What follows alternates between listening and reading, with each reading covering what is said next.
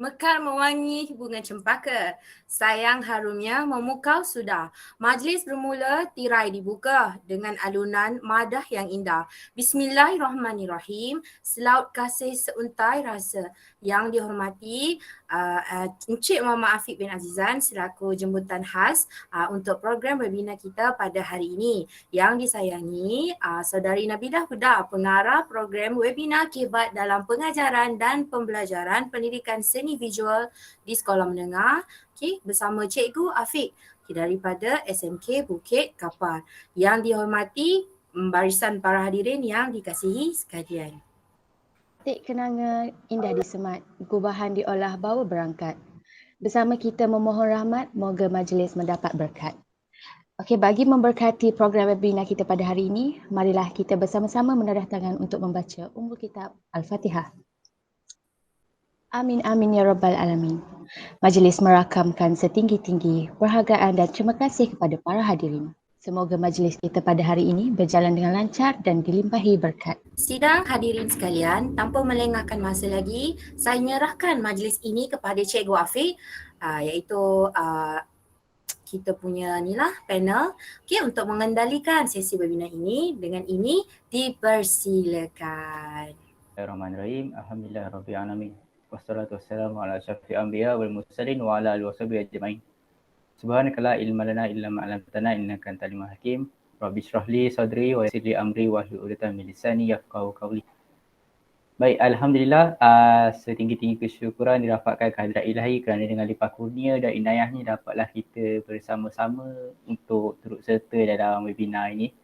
Jadi sebelum tu saya ingin mengucapkan terima kasihlah kepada mahasiswa-mahasiswa daripada UPSI kerana telah menjemput cikgu untuk menjadi panel lah dalam webinar ni. Jadi cikgu telah dipanggil untuk membuat webinar yang bertajuk Kebat dalam pengajaran dan pembelajaran pendidikan seni visual di sekolah menengah. Okay, jadi sebagai bakal guru mestilah familiar kan dengan apa kebat tu lah kan. Kebat selalu diceritakan ataupun diberitahu ataupun ditayangkan lah di media-media ataupun dalam kurikulum yang kamu hadapi di universiti. Jadi kebat ni sebenarnya satu benda yang memang dah lama. Dia adalah satu tahap, macam mana tahap pemikiran tu yang telah dikubal untuk membentuk seseorang. Macam mana dia ingin membentuk kurikulum tu sehingga dapat membentuk murid menjadi seorang yang bagaimana yang kita mahukan kan. Jadi tanpa berlengah masa, okay, kita tengok pada slide seterusnya. Jadi yelah, kita mestilah kena tahu kan apa benda yang kita nak belajar pada hari ni kan. Jadi kebat tu apa sebenarnya? So kalau kebat tu, kalau ikut dalam istilah dia tu, kebat kemahiran berfikir aras tinggi. Kalau bahasa Inggeris dia apa? Higher order thinking skill. Jadi daripada situlah dia ambil HOTS, HOTS. Okay. Kalau menurut KPM cakap apa pasal kebat ni kan. Jadi menurut KPM, kemahiran berfikir aras tinggi ni adalah satu keupayaan untuk mengaplikasikan pengetahuan, kemahiran dan nilai. So ada 3 benda kat situ. Pengetahuan, kemahiran dan nilai dalam membuat penaakulan dan refleksi bagi menyelesaikan masalah, membuat keputusan, berinovasi dan berupaya mencipta sesuatu. Jadi bila kita tengok kat sini dari dia punya makna dia tu kan, mengaplikasikan pengetahuan, kemahiran dan nilai. Jadi macam mana kita nak membentuk seorang murid ataupun kita punya murid semua tu, membentuk mereka macam mana mereka nak mengaplikasikan pengetahuan tersebut yang mereka dah belajar masa kat kelas, kemahiran yang mereka dah belajar dan nilai-nilai yang mereka belajar. Mungkin nilai tu dia belajar dalam kelas dengan luar kelas, mungkin dari segi agama, dari segi aspek kemanusiaan, segala nilai tu lah, kemasyarakatan apa semua kan. Macam ni dia nak gunakan semua benda tu untuk membuat satu refleksi ataupun memikirkan jalan penyelesaian terhadap masalah yang dia hadapi, terhadap dia nak buat keputusan dalam kehidupan seharian ataupun mungkin dalam kelas dia lah. Kan masa dia nak buat karya ke apa kan. Jadi seterusnya kat situ berinovasi. Macam dia nak buat satu produk baru dan berupaya mencipta sesuatu daripada karya tu kosong, tak ada apa, menjadi sesuatu. Jadi ini cikgu ambil daripada konteks pendidikan seni visual lah. Sebab itu adalah kita punya skop pembincangan hari ni kan. Jadi itu pun antara kamu punya bidang yang kamu mahir. Jadi cikgu fokuskan pada skop itu saja.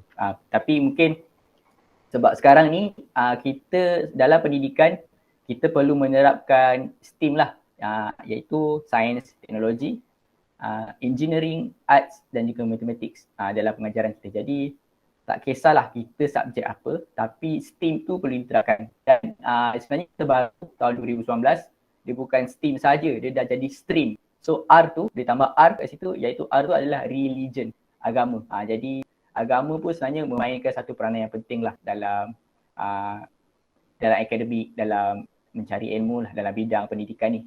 Sebab apa yang cikgu boleh bagi tahu adalah selain kita berfokuskan kepada bidang-bidang logistik atau bidang-bidang yang berkaitan dengan logik, berkaitan dengan pemikiran akal, kita juga kena terapkan satu pemikiran dari segi apa tu orang kata spiritual. Kita punya sebagai apa yang menamakan kita sebagai manusia sebenarnya. Jadi manusia tanpa agama ni sebenarnya dia tanpa hala tuju lah sebenarnya kan. Jadi kat situ macam mana Kebat ni mampu menerapkan dengan ilmu-ilmu yang lain. Macam yang tadi stream tu lah kan, yang cikgu kata tu. Okay, jadi kat sini kita tengok Newman 1991 dia kata memerlukan pelajar menginterpretasi, menganalisis dan memanipulasi maklumat yang sedia ada. Jadi Newman ni kata murid tu dia perlu untuk menginterpretasi, menganalisis dan memanipulasikan maklumat yang mereka dah ada untuk mendapatkan sesuatu ataupun untuk menyelesaikan sesuatu ataupun untuk menghasilkan sesuatu. Jadi kalau dalam konteks pendidikan seni visual, dia nak menghasilkan karya. Jadi macam mana proses-proses dia menghasilkan karya tu daripada pemilihan idea, pemilihan subjek matter, penjanaan idea, lepas tu kajian-kajian warna, kajian-kajian bentuk, apa semualah yang perlu ada, proses-proses penghasilan dan juga pada karya akhir. Lepas karya akhir, dia mesti ada satu proses apresiasi seni. Jadi apresiasi seni tu dah jadi, dia kira macam pengakhiran dia lah. Walaupun orang kata lepas dah siap karya tu, dah siap lah, dah tak ada apa dah nak buat. Tapi sebenarnya lepas dah siap karya tu, seorang pekarya tu dia kena explain jugalah apa sebenarnya yang dia buat. Dan dalam masa yang sama, orang yang melihat karya dia betul, dia boleh membuat satu apresiasi lain. Apresiasi dari segi pengkarya dan juga orang yang melihat karya tu. Okay, jadi seterusnya, tahap pemikiran dalam Kebat. Ada berapa tahap? Okay, dan kat sini tahap yang ada adalah ada 4 lah. Ada 4 tahap pemikiran. Iaitu yang pertama, kemahiran berfikir kritis. So kalau macam dulu zaman sekolah sebelum ni mungkin pernah dengar KBKK, kemahiran berfikir secara kreatif dan kritis. Jadi yang dulu punya tu dia masih terapkan dalam Kebat, iaitu yang inilah, kritis dan kreatif ni. Okay, jadi yang pertama, kemahiran berfikir secara kritis tu kebolehan untuk menilai sesuatu idea secara logik dan rasional untuk membuat pertimbangan yang wajar dengan menggunakan alasan dan bukti yang munasabah. Jadi kritis ni ialah lebih kepada fikir idea-idea logik dan rasional. Jadi macam mana dia menggunakan dia nak cari satu penyelesaian masalah menggunakan satu idea secara logik dan rasional. Benda yang orang kata tak boleh nak kelentong lah. Benda tu mesti kena ada base, mesti kena ada fact. Kalau tak ada fact tu, benda tu tak boleh nak berdiri, benda tu tak boleh nak ada. Jadi macam contoh, mungkin yang kritis ni lebih kepada benda-benda yang seperti sains dan matematik lah. Cikgu boleh bagi contoh lah. Kalau sains matematik dalam seni ni, kita boleh tengok contoh dari segi seni reka bentuk hiasan dalam contoh cikgu boleh bagi. Macam mana penggunaan pengiraan calculation untuk ruang tu. Macam mana pengiraan calculation antara perabot ni dengan perabot sebelah ni. Berapa jarak yang perlu ada. Kemudian lagi bahan apa yang perlu digunakan untuk bagi selesa macam tu. So di dekat situ dia dah ada satu benda-benda yang logik.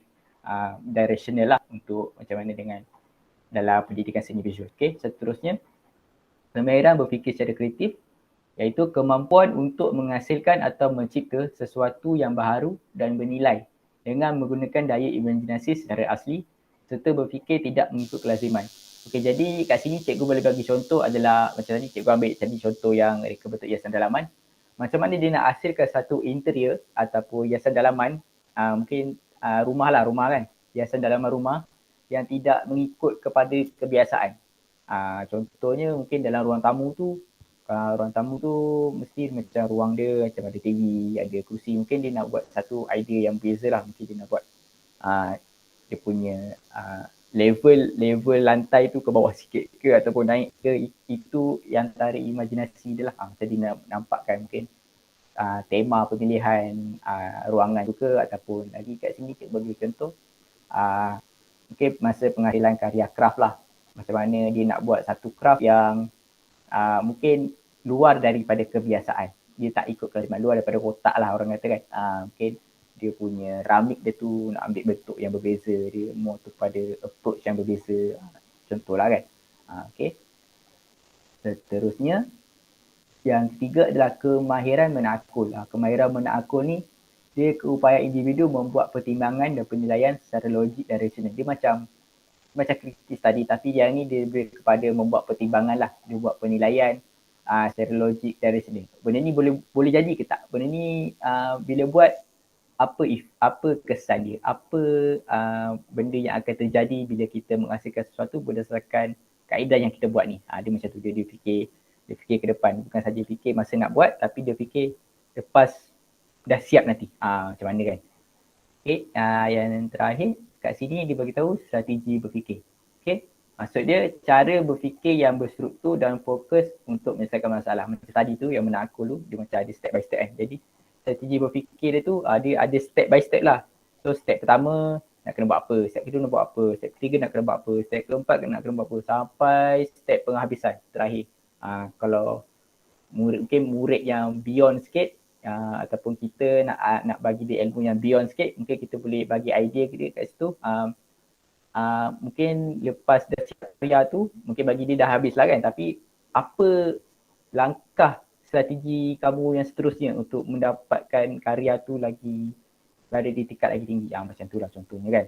So dia tidak hanya planning pada satu-satu peringkat saja, tapi sampai mungkin peringkat yang lebih lagi. Macam tu. Dia ada strategi dia. Okay.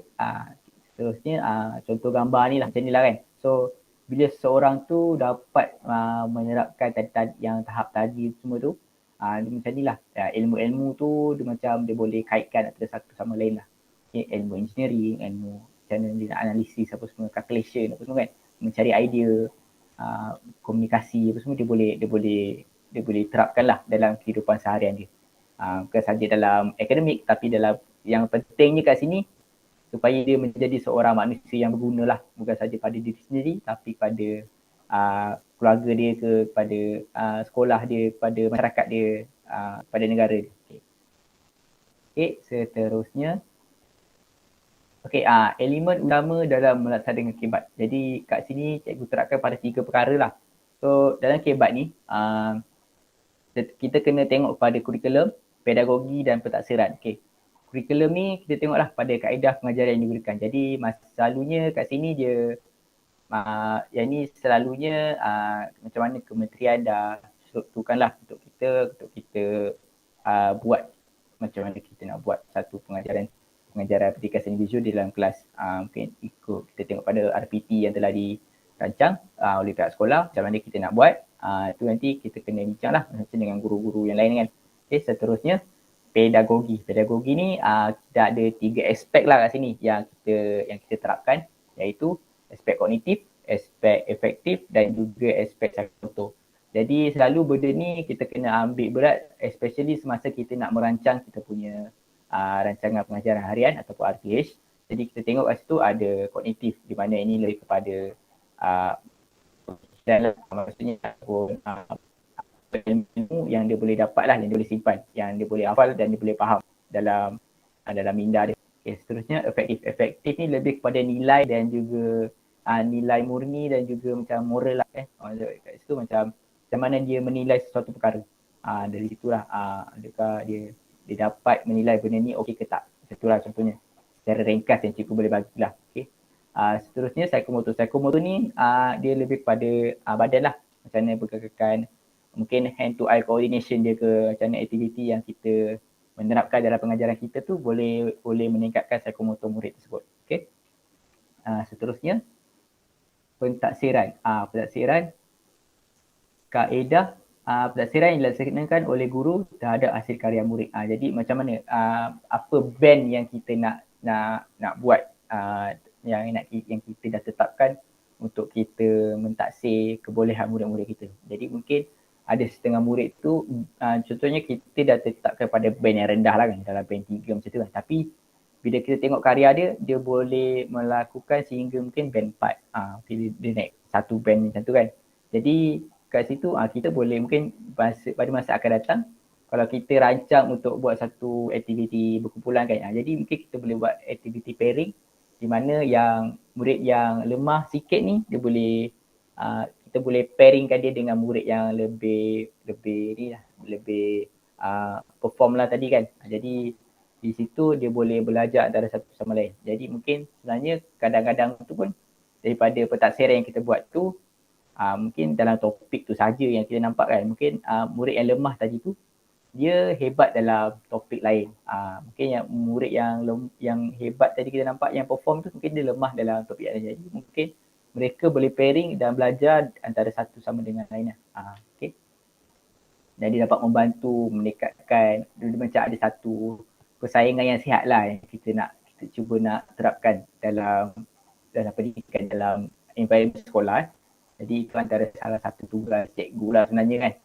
Kita kena terapkan satu environment supaya murid-murid ni dia rasa macam dia rasa seronok. Dia rasa seronok ada cabaran antara sama lain lah. Bila dia tengok kawan-kawan macam kau dapat A, aku nak dapat A juga. Macam dia nak lawan lah. Dulu sekolah mesti macam tu kan, macam bila keluar terpeksa aku dapat apa.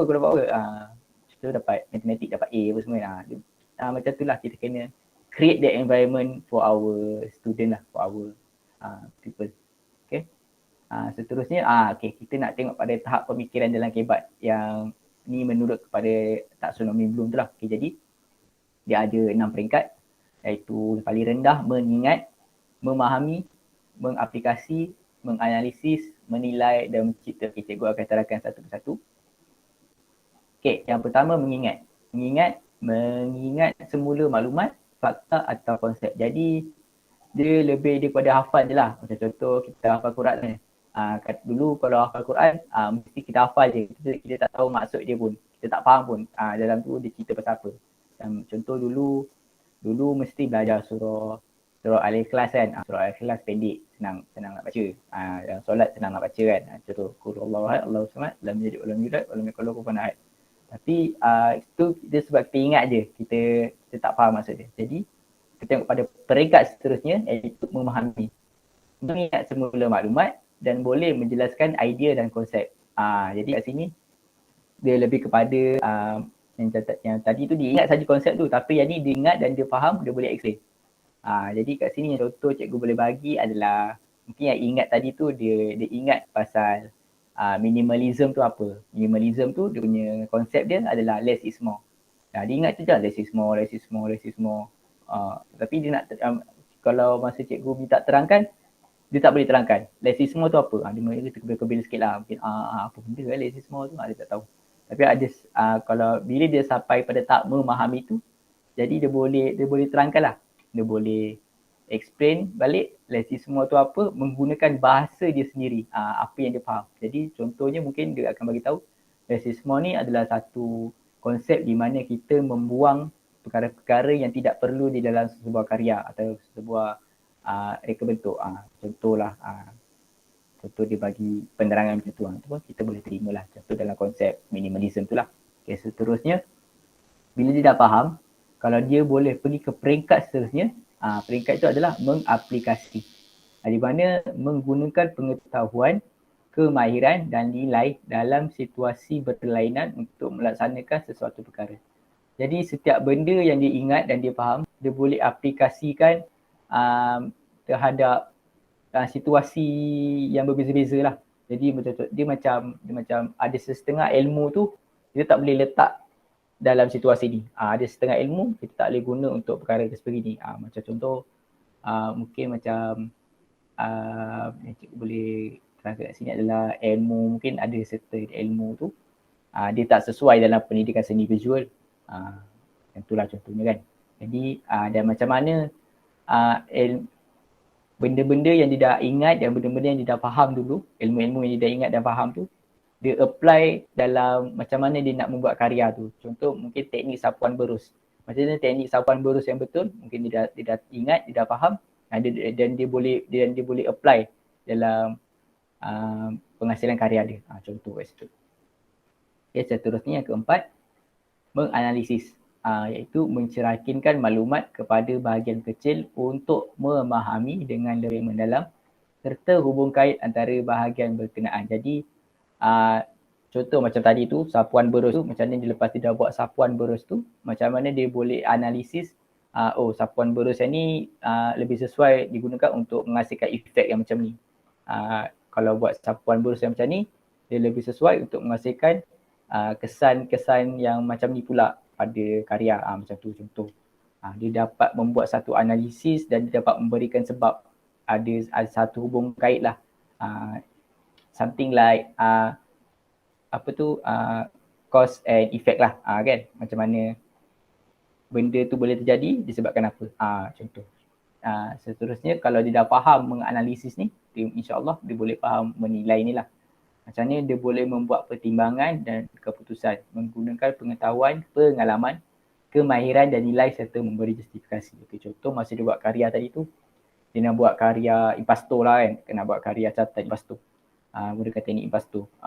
Mungkin berapa tebal oil paint yang dia nak sapu tu kan. Kan impasto tu kan dia macam ada macam kesan-kesan yang macam tu lah yang dekat dia punya karya tu. Jadi macam mana berapa tebal yang kat belah bahagian atas ni dia nak buat berapa banyak. Bawah ni dia buat berapa banyak. Jadi mungkin dia nak buat kesan tu nampak macam 3D kan. Jadi macam mana dia nak buat benda tu nampak ada efek 3D. Jadi dia boleh menilai, dia boleh memberi satu justifikasi lah terhadap cara dia nak buat karya tersebut. Jadi kadang-kadang pun yang dalam bahagian menilai ni pun guru pun memberi satu peranan, memainkan peranan yang penting lah. Di mana sebab dia nak menggunakan pengetahuan, pengalaman, kemahiran. Sebab murid ni pengalaman dan kemahiran dia tu kebanyakannya banyak datang daripada guru lah. Okay, guru kena selalu bagi selalu banyak bagi sampai murid ni dah tak boleh nak accept sampai dah termuntah lah. Macam dulu buat admat kan, buat latihan banyak kali sampai dah tak boleh nak buat latihan dah, sampai dah muak dah tengok latihan admat tu. Macam tu lah, seni pun macam tu juga. Dia kena banyak berlatih. Dia kan yang tadi yang 3 aspek tu, iaitu aspek psikomotor, efektif dengan yang apa tu? Ya kognitif tadi tu. Jadi dia sama. Dia kena berlatih saja. Okay, bila dia dah pandai menilai apa semua, pandai buat justifikasi, insya-Allah satu hari nanti dia mampu mencipta. Menghasilkan idea atau produk atau kaedah yang kreatif dan inovatif. Jadi mungkin tak ramai tapi insya-Allah adalah. Insya-Allah kita doa yang terbaiklah untuk anak-anak murid kita. InsyaAllah mereka mampu menghasilkan idea ataupun produk yang tulen hasil kaedah dia sendirilah, ataupun kaedah yang kreatif dan inovatif. Mungkin dia nak cipta satu gaya aliran karya yang baru kan. Kita tak tahu, mungkin ada masa depan nanti kan dia murid buat gaya aliran seni yang baru, mungkin kita tak tahu kan. Jadi harapnya lah kita sebagai guru kita membantu murid-murid kita untuk mereka mendapatkan satu idea. Okay. Kadang kita tak tahu murid tu dia mahir bab mana. Kita ni sebagai guru, kita ni yang kena bantu congkelkan bakat-bakat, kena gilap, tolong asah lah bakat. Kalau bukan kita, siapa lagi? Okay. Kita dah tengok pada tahap pemikiran dalam kebat ada 6 tadi tu. So dia lihat kepada taksonomi. Jadi kita tengok pula elemen dan domain kebat tadi tu macam mana dia berkait. Okay.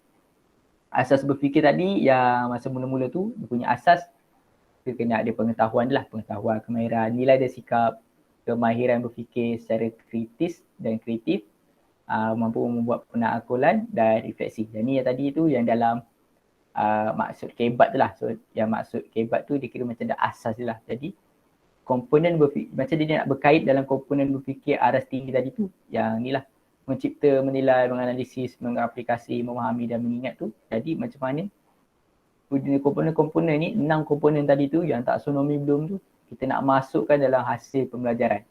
Macam mana murid satu hari nanti tu, dia mampu membuat keputusan, dia mampu menyelesaikan masalah, menginovasi dan mencipta sesuatu yang baru. Jadi ini adalah elemen-elemen dan domain kebat yang penting lah. Right, so seterusnya. Okay, so cuba nak kita punya ni sekejap saja. Okay, guru, ciri-ciri guru dan pengajaran kebat. Okay, jadi guru kebat ni apa ciri-ciri dia? Pengajaran kebat ni pula apa ciri-ciri dia kan? Jadi kita tengok satu-satu. Guru kebat. Okay, guru, apa ciri-ciri guru kebat ni? Dia mestilah seorang yang berpengetahuan, knowledgeable. Jadi kalau cikgu tu tak tahu, macam mana dia nak mengajar kan? Jadi kita ni sebagai guru, sebagai bakal guru kan, hadirin sekalian, sebagai bakal guru kenalah berpengetahuan dalam sesuatu bidang tu lah. Dalam bidang kita ni lah, bidang pendidikan seni. Yang cikgu faham, dalam opsi kita tak ambil semua studio kan. Jadi mungkin setiap bidang tu kita ambil 2 studio saja. Lepas tu lanjutan pun kita sambung satu saja studio lanjutan bidang tersebut.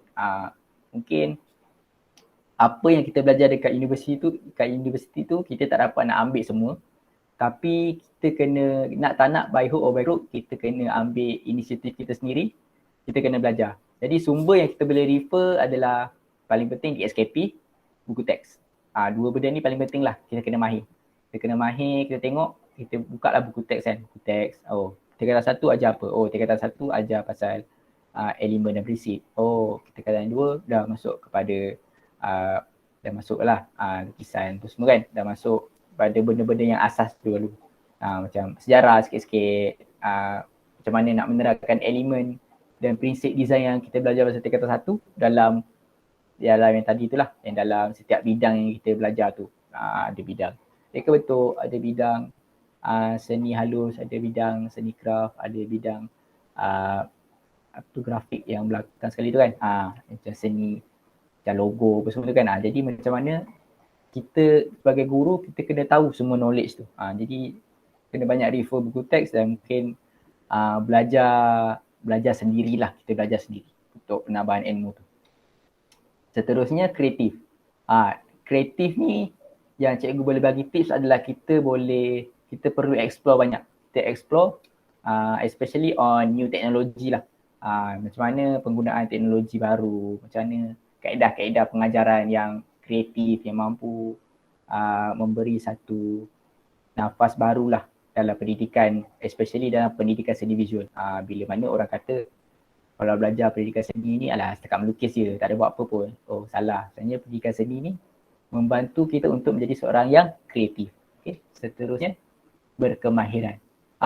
Kalau paling penting lah kan, mestilah berkemahiran, takkanlah mesti nak berpengetahuan saja. Kita dalam pendidikan seni ni, kita tak belajar secara teori, kita belajar secara amali juga. Macam mana kemahiran-kemahiran yang kita belajar secara teori tu kita masukkan dalam amali, dalam kemahiran. Macam mana kita nak terapkan kan.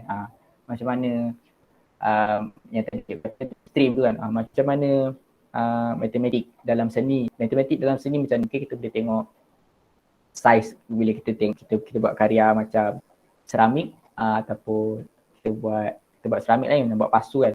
Tinggi karya tu besar mana.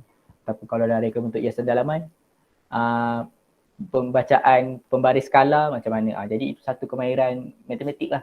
Kalau macam sains, kita nak terapkan penggunaan bahan dalam kita punya karya. Kalau teknologi apa yang kita gunakan untuk menghasilkan karya grafik. And then kita ada, kalau religion tu mungkin dalam penghayatan seni ataupun sejarah seni kan. Jadi kita cuba terapkan semualah. Okay. berkemahiran. Jadi seterusnya dia pun sama tadilah, mengaitkan pengajaran dengan persekitaran. Tadi macam stream, lepas tu persekitaran kita ni macam dengan persekitaran dekat sekolah macam mana kan. Pengajaran kita ni dengan kita kaitkan dengan kehidupan seharian kita macam mana. Jadi bila orang kata seni tu kita tak ada belajar apa sangat. Jadi kalau seni tu sebenarnya kalau kita sebenarnya kita boleh terapkan ilmu-ilmu kemanusiaan dalam tu sekali. Di mana kita belajar macam mana untuk melihat sesuatu tu dengan penuh makna. Contoh macam tu. Okay, seterusnya mampu menarik perhatian. Seseorang guru tu mampu menjadi attraction lah kepada murid-murid dia. Kalau kita buat satu, dia jangan jadi macam cikgu dekat Piramli lah kan. Dalam cerita Piramli, dia tulis dekat depan, lepas tu dia tidur. Lepas tu dia suruh semua orang baca. Kita tak nak jadi cikgu yang macam tu lah. Nak jadi cikgu yang bila murid tu dah habis belajar, dia boleh ingat kat kita kan. Dia boleh ingat kat kita, oh cikgu tu dulu dia mengajar macam ni. Lepas tu ilmu yang dia ajar tu boleh ingat sampai sekarang. Macam tu lah. Supaya ilmu yang kita ajarkan dia tu jadi satu ilmu yang berguna. Sebab tu kita kena jadi seorang guru yang mampu menarik perhatian. Okay, itu adalah ciri-ciri guru kebat lah. Okay, jadi kat sini kita tengok pula pada ciri-ciri pengajaran kebat. Okay, yang pertama, berpusatkan murid. Berpusatkan murid ni, so segala apa yang menjadi dia punya pengajaran tu, more to student center lah, student centered. Jadi banyak aktiviti itu memerlukan participation daripada murid sendiri. Kalau macam dulu, pembelajaran zaman-zaman dulu mungkin lebih kepada guru lah.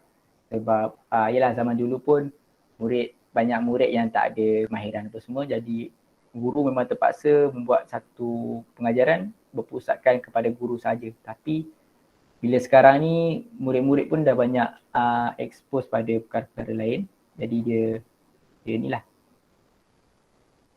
Okay, seterusnya cikgu cuba cepatkan sikit.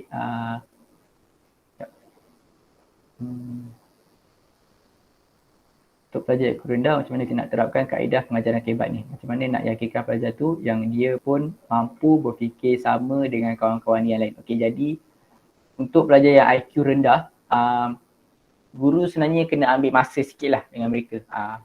Kita kena bagi perhatian yang lebih. Kita kena tengok apa teknik pengajaran yang sesuai untuk dia. Jadi kat situ kita kena tengoklah, mungkin dia ada kawan yang kita kena tengok dari sudut tu jugalah. Guru dalam kelas tu kita kena tengok dia dengan kawan yang mana yang dia boleh yang dia selesa untuk belajar. Selain dengan guru lah, kalau dia ada kawan kan, kalau ada kawan yang mampu bantu dia, kita assign dia sebagai pembantu. Sebab tu penting dalam kelas hanya ada pairing lah, mana yang lemah, mana yang okey. Jadi dia ada macam give and take lah kat situ. Okay. Kalau macam guru pula, guru kena cari satu kaedah pengajaran apa yang sesuai untuk dia, pendekatan apa yang sesuai untuk dia.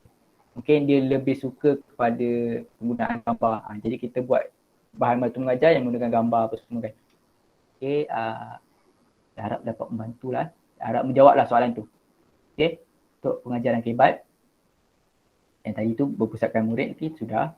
Terusnya guru sebagai pembimbing, macam tadi, betul lah macam yang soalan tadi tu, guru ni sebagai pembimbing, dia kena membimbing lah. Contoh yang IQ rendah tadi tu, dia kena bimbing, dia jadi facilitator, dia kena tolong apa masalah yang dia hadapi. Dia susah nak catch up, contoh dia susah nak catch up kan, mungkin dia lebih selesa belajar dengan gambar. Jadi kita banyak menggunakan gambar ataupun warna untuk bagi satu rangsangan kepada dalam otak dia kan. Sebab ada setengah orang yang IQ dia rendah ni, kadang dia lebih suka dengan benda yang lebih colourful lah, lebih cheerful orang kata kat situ kan. Jadi kita kena terapkan kat situ. Seterusnya kaedah penyoalan aras tinggi. Jadi soalan yang kita berikan tu dekat murid-murid dia tidak selalu general, kena spesifik. Soalan yang spesifik dan bukan soalan yang sarjam atau macam ya ataupun tidak, true or false question. Tak, dia macam soalan yang lebih meminta murid-murid untuk berfikir, untuk memberi pendapat. untuk mengajukan apa yang mereka rasa terhadap karya tersebut macam tu kan. Macam mana dia nak kaitkan dengan elemen dan prinsip rekaan yang mereka dah belajar. Okay, seterusnya. Ada alat atau bahan bantu mengajar. Macam tadi tu mungkin untuk IQ yang rendah. Mungkin alat bantu mengajar tu boleh digunakan untuk demonstrasi kat depan ke apa kan. Ataupun untuk pas-pas kat sili kelas, semua orang boleh try. Macam tu contoh. Dan akhir sekali menerapkan teknologi dalam pengajaran lah. Jadi sekarang ni dah macam-macam teknologi ada. Software yang digunakan dalam komputer, teknologi macam tablet apa semua kan, LCD ke apa, kita gunakan dalam pengajaran kita untuk jadikan dia satu yang menarik perhatian. Jadi kan kita guru kebat kena ada kebolehan mampu menarik perhatian. Jadi kita gunakan segala yang ada dalam pengajaran kita ni untuk jadikan dia satu lesson yang menarik. Okay, jadi dah sampai kesimpulannya. Apa kesimpulannya daripada webinar ni? Jadi mengapa pentingnya guru-guru perlu memahami kaedah kebat dalam pengajaran PSB di sekolah menengah? Dapat membentuk murid yang mampu berfikir secara kreatif, kritis, meluas dan di luar kebiasaan. Kita nakkan murid-murid tu boleh berfikir kreatif, boleh berfikir kritis, meluas dan di luar kebiasaan ataupun think outside of the box. Dia tidak menurut kepada kebiasaan lah. Jadi kalau kita mungkin kalau kita tengok 10 tahun akan datang, masyarakat kita berfikir perkara yang sama je, memikirkan kaedah-kaedah yang sama je. Jadi itu mungkin tak masyarakat kita tak akan berkembang. Negara kita susah untuk berkembang. Jadi kita kena dia sebagai guru, kita mampu membentuk murid kita untuk menjadi seorang yang yang ada kemahiran berfikir aras tinggi. Untuk mereka jadi kreatif, kritis, meluas dan berfikir di luar kebiasaan. Okay, seterusnya membolehkan guru untuk menilai dan mengukur tahap kebolehan murid dalam sesi PDP yang dijalankan. Jadi yang macam tadi tu lah, kan ada tahap-tahap tu kan, yang tahap yang dia hafal, mana tahap yang dia memahami tu. Jadi guru boleh menggunakan taksonomi Bloom tu untuk menilai dan mengukur tahap kebolehan murid. Jadi untuk sesi kelas yang seterusnya atau kelas yang minggu depan tu nanti, cikgu dah boleh plan cikgu nak buat macam mana. Jadi itu satu benda yang mudah lah untuk kita merancang pembelajaran kita, pengajaran kita nanti kan. Okay, yang terakhir sekali, mampu menerap dan memupuk nilai-nilai murni supaya murid mampu bersaing dalam membina jati diri dan menyeimbangkan jasmani, emosi, rohani dan intelek. Kita cuba untuk membentuk murid-murid kita tu menjadi manusia yang berguna sebenarnya.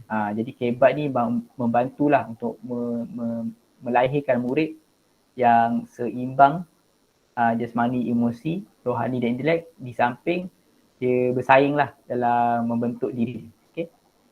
Jadi cikgu rasa setakat itu saja daripada cikgu. Okay, sekian, terima kasih. Wabillahi taufiq wal hidayah. Assalamualaikum warahmatullahi wabarakatuh. Kita boleh terus pada sesi soal jawab Terima kasih diucapkan kepada Cikgu Afiq atas perkongsian ilmu bersama kita berada. Jadi semoga ianya memberi manfaat kepada kita semua. Jadi dengan ni saya membuka sesi Q&A ataupun sesi soal jawab. Pelajar-pelajar ataupun para hadirin semua boleh mengajukan apa-apa soalan kepada Cikgu Afiq berkenaan tajuk yang dikongsikan oleh beliau tadi. Assalamualaikum Cikgu Afiq, saya nak bertanya, mana seseorang guru tu dia nak menilai tahap kebolehan murid tu, adakah ia selaras ataupun setanding dengan hasil karya yang diorang buat?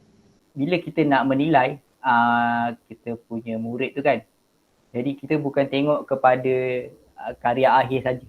Kita tengok kepada kebolehan dia, macam mana dia mengumpul maklumat, macam mana dia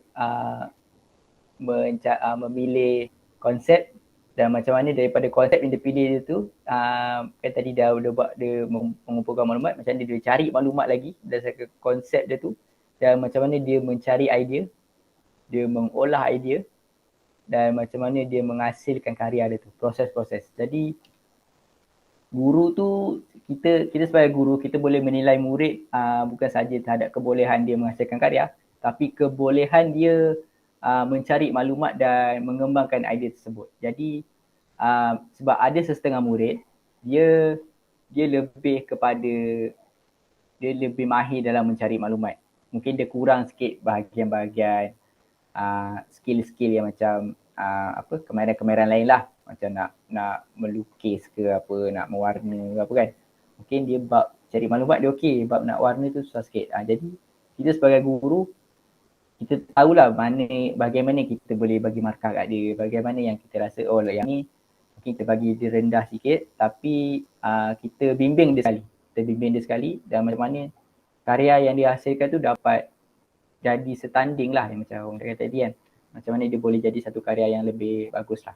Jadi dan yang macam tadilah, kita menggunakan taksonomi Bloom tu untuk menilai tahap mana yang dia faham, tahap mana yang dia boleh menganalisis apa semua. Jadi tahap menilai tu bukan saja pada penghasilan karya, bukan pada hasil akhir karya, tapi macam mana dia membentang karya dia tersebut. Jadi sebab ada orang juga dia kurang sikit, dia kurang mahir dalam melukis ni, tapi dia boleh membentang. Ada orang pula dia boleh lukis, tapi bila bercakap ni dia kurang sikit. Jadi guru kena nilai daripada situlah, bukan saja pada karya akhir. Adakah kaedah pentaksiran yang cikgu buat dekat murid-murid cikgu sama untuk setiap topik? Dia sama saja. Macam contoh yang cikgu cakap tadi, kita kena tengok dari segi proses dia lah, proses penghasilan karya dia, macam mana dia buat, macam mana hasil akhir, macam mana dia bentang. Jadi kita menggunakan kaedah yang sama untuk setiap topik lah. Contoh topik reka bentuk hiasan dalaman sama, untuk topik catatan pun sama, yang gunakan kaedah yang sama lah. Dia tak lari dari mana, just kita follow taksonomi Bloom tu sebagai kita punya guideline. Itu saja. Cikgu, saya nak tanya, dalam tahap pemikiran KBAIT, murid dapat memahami maklumat dengan menjelaskan idea dan konsep. Jadi kalau menurut cikgu, bagaimana guru nak melatih murid agar mereka ni boleh membina idea dan konsep tu sendiri? Dia dua kaedah lah. Kaedah pertama ni atas murid tu sendiri, dia kena mencari maklumat tu. Dan macam mana dia kaedah dia mencari maklumat tu lah. Dan yang kedua ni lebih kepada guru tu lah. Macam mana guru yang tadi tu, yang pengajaran kebat tu, di mana mesti ada alat ataupun bahan bantu mengajar lah. Jadi macam mana guru menyediakan bahan bantu mengajar kepada murid supaya mereka dapat membina idea dan konsep tu dengan sendirilah. Kadang-kadang kalau kita nak melatih murid tu setahun tu mungkin kita menggunakan idea dan konsep yang berbeza pada setiap topik lah. Jadi kat situ mereka dapat satu topik dan dapat satu konsep. Mungkin dalam satu tahun tu mungkin mereka dah dapat beberapa konsep lah. Jadi setiap tahun mereka dah dapat belajar konsep-konsep yang berbeza, dan mungkin masa tingkatan 5 nanti, setiap konsep yang mereka belajar tu mereka dah dapat faham lah. Sebab benda ni sebenarnya dia ambil masa juga. Kita tak boleh harapkan murid-murid tu dapat bina idea dan konsep tu on the spot. Dia satu proses yang lama dan memang memakan masa. Dan kita sebagai guru ni yang paling penting sabar untuk melatih murid-murid ni. Jadi kita tak boleh harap pokok tu boleh bagi kita buah terus. Kita kena tunggu, kita kena sabar. Jadi kita kena selalu bagi tahu murid kita kalau ada apa-apa persoalan atau pertanyaan, boleh tanya teruslah pada cikgu macam tu kan. Jadi kita sebagai guru, kita kena banyak bantu mereka, memberikan idea supaya satu hari nanti mungkin mereka dapat menghasilkan idea mereka sendiri daripada bantuan kita. Okay. Cikgu Afiq, saya nak tanyalah soalan terakhir lah sebelum kita buat sesi fotografi. Okey, bagaimana murid tu nak aplikasikan kemahiran menakul dalam menghasilkan karya? Okey, adakah berdasarkan image semata? Kemahiran menakul tu apa kan? Jadi kemahiran menakul, keupayaan individu membuat pertimbangan dan penilaian secara logik dan rasional. Okay, so kalau benda yang secara logik dan rasional dia kena ada fakta lah. Macam tadi yang tadi saudari kata adakah berdasarkan image semata-mata, bukan sahaja pada image tapi daripada fakta-fakta yang dia dapat lah. Fakta mungkin daripada percakapan orang, itu pun kita boleh ambil juga sebab mungkin ada daripada situ kemahiran tu kita boleh kembangkan lagi. Sebab kita nak hasilkan karya ni, kadang-kadang karya ni dia bukan saja kepada benda yang kita nampak depan mata. Kita boleh tambah sikit imajinasi kita kan. Tapi dalam masa yang sama, benda tu mesti logik. Mesti logik di akal lah. Untuk yang kemahiran menakun lah. Jadi macam mana dalam kemahiran menakun ni, kita mengambil fakta-fakta yang logik tu dan kita nak terapkan dengan benda-benda yang kreatif. Dia jadi satu mix lah. Mungkin karya tu karya yang imajinatif. Tapi still ada approach logik lah terhadap satu karya tersebut. Dengan jawapan yang diberi oleh Cikgu Afiq, okey, maka berakhirlah sesi webinar kita bersama Cikgu Afiq. Jadi saya akan buka untuk sesi fotografi secara maya bersama Cikgu Afiq dan pelajar-pelajar lain. Okey, boleh buka kamera. Okey semua. Okey, kita nak tangkap gambar dengan Cikgu Afiq. Dengan berakhirnya sesi fotografi itu tadi, maka berakhirlah sudah program webinar kita pada hari ini. Okey, segala kekurangan yang berlaku sepanjang sesi webinar ini berlangsung, kami memohon maaf lah jika ada salah dan silap ataupun kekurangan. Okey, sekian. Berjumpa lagi kita pada masa akan datang. Okey. Wassalamualaikum warahmatullahi wabarakatuh.